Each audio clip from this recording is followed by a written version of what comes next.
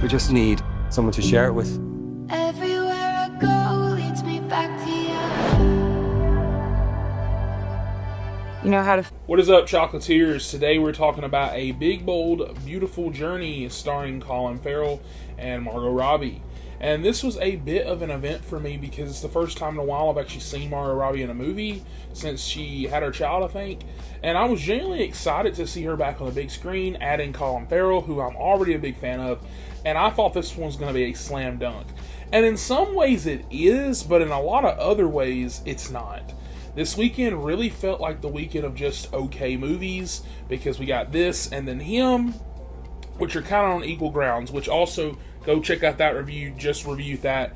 I thought that movie was kind of similar to this. So the story goes like this. Colin Farrell plays a guy headed to a wedding. His car gets booted, and right next to it is a poster for a car rental agency. He calls the number, gets a vehicle, and hits the road, but he notices he's not alone. Margot Robbie is right behind him in a similar car, and they eventually meet up, strike a conversation, and kind of hit it off at the wedding. But right away you sense a problem, and I feel like it's Margot Robbie's character because she's kind of a pain.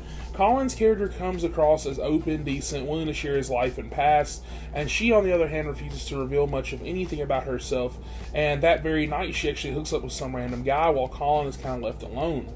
From there, his GPS takes him, or actually asks him, does he want to take a big, beautiful journey? And he says yes, and it leads him to Burger King. That's where he runs into Margot again, and when her car won't start, she joins him on the strange journey. And then you find out that, clearly her car did the same thing for her. And what follows is meant to be a whimsical, emotional, and transformative rite of passage. They pass through magical doors, confront love, loss, and their past, but the execution does not quite land.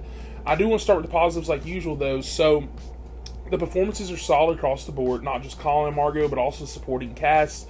Cinematography is a standout here. The movie uses colors beautifully, doors, umbrellas, backgrounds, everything pops. Visually, this movie is very gorgeous to look at. Now, the negatives kind of go with the rest of this review. The movie is an hour and 49 minutes, and it feels closer to 3. It drags, and at no point did I really feel invested in the relationship at the heart of the story.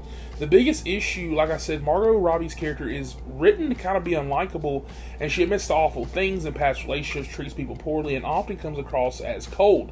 And I understood all that, but then they do something with Colin Farrell's character because he is almost too good by comparison. So the writers try to balance that by showing a negative side of his past towards the end of the film, but it never really puts them on equal footing.